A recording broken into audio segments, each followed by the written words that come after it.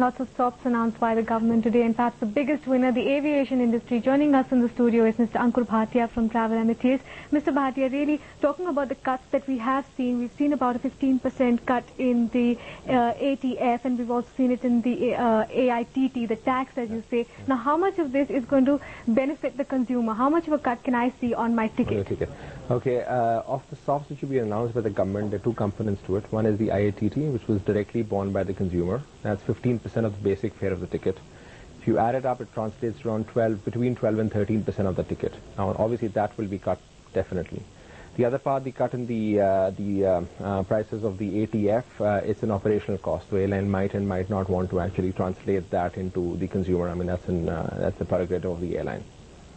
Right. Now, talking about how this is going to really affect tourism, we know that it's going to take a cut on travel, but do you see that boosting tourism both coming into the country as well as around the country? Okay. Of course, you know what happened last year because of airlines actually announcing the apex fares. There was an increase of around 8 to 12% depending on month, on an average around 10% over the last year in domestic aviation. Now, with the fares coming down, I see another segment of the air travelers getting translated into, rail travelers getting translated into air travel. That's an interesting fact, isn't it, Ankur? Because now apparently first class on train is going to be more expensive than traveling in a plane. Specifically the apex fare, so a lot of rail travel passengers will actually translate themselves into air travel. And that's going to definitely give a boost to the numbers of the domestic aviation industry. We'll see a lot of, I guess, in this particular year, maybe some additional players join the bandwagon because of the increase of demand on these routes with the drop in the airfares as per se of the two stops announced by the government. But Ankur, how have things been going for the tourism industry? We have seen the Indian government going hammer and tongs with pushing India as a tourist destination. But do you see these cuts really affecting the industry of tourism? See, last year has been a roller coaster for the Indian or overall the aviation and the tourism industry, specifically because of war and SARS. If I look at the Indian segment of traveller, 30% or 40% of the Indian travellers actually go to the Middle East, the air travellers. Another 30% go to Southeast Asia. Now, both those segments were affected because of war and SARS. But post-July, we've seen a very positive increase. I mean, they've been a double-digit growth. As I mentioned, for domestic, it has been a very good year because they've been double-digit growth from January till December. International aviation also was in a positive growth note till now. The year started off good, so let's hope that this year also continues to give a growth to the segment. And staying with domestic, how much of a boost do you see inland tourism taking? The inland tourism as per se, I guess that if going on the figures of the last year and going on specifically on our reservation system figures of the last year, there would be between 8 to 12% growth in this particular year of the total amount of passengers traveling in the domestic sector on air.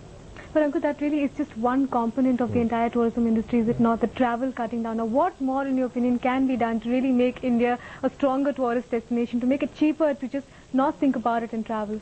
See, this is one of the major components, which is air travel is one of the major components. I always take the example of what the wireless industry has actually done to the telecom industry. You know, because there were no wires in the country, the wireless industry is booming. We have a similar example in India. There aren't any good roads in the country. So by the time those roads are developed, the aviation industry is something on which everybody would count on, not only for the growth of tourism and aviation in the business, but of course is going to also get on to the other businesses in helping on them to grow.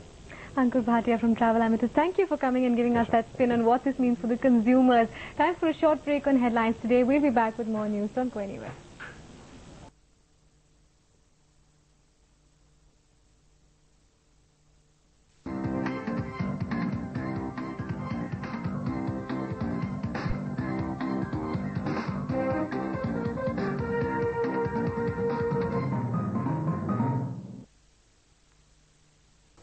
जिस हिसाब से हवाई सफर की कीमतें घट रही हैं, ऊंचे दर्जे के रेलवे यात्रियों के लिए भी हवाई सफर एक विकल्प के तौर पर उभर रहा है।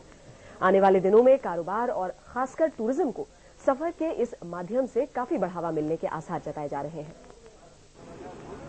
हवाई यात्रा के सस्ते होने के साथ अब देश में घरेलू और अंतर्राष्ट्रीय टूरिज्म को एक बार फिर से पंख लग सकेंगे।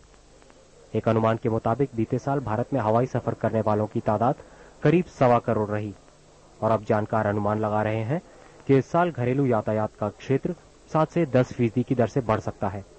ऐसे में टूरिज्म तो फैलेगा ही, सबसे ज्यादा फायदा होगा बिजनेस ट्रैवल को। ट्रैवल करने की कॉस्ट पॉइंट ए और पॉइंट बी में कम होती है, तो जो एक इंडिविजुअल बिजनेस एंटरप्रेन्योर है वो काफी हद तक अफोर्ड कर सकता है। इस वजह से काफी जो बिजनेस ट्रांजैक्शंस होती हैं कंट्री में वो भी इंक्रीज होगी। पार्टली ऑब्वियसली टूरिज्म जो सबसे पहले कोई लोग देखते हैं वो टूरिज्म देखते हैं, बट ये ओवरऑल बिजनेस इंपैक्ट करेगा। एयरलाइन कंपनियों की पहले से ही चालू एपेक्स स्कीम के चलते कुछ सेक्टर्स में हवाई किराए लगभग 62% तक सस्ते हुए थे। अब सरकार के घरेलू उड़ानों पर लगने वाले ट्रैवल टैक्स को हटाने और एटीएफ पर एक्साइज ड्यूटी कम करने के बाद हवाई किराए 15 से 20% तक सस्ते हो सकते हैं। ऐसे में पहले के मुकाबले ज्यादा रेल यात्री अब हवाई यात्रा का लुत्फ उठा सकेंगे। रोहित सिंह, दिल्ली, आज तक।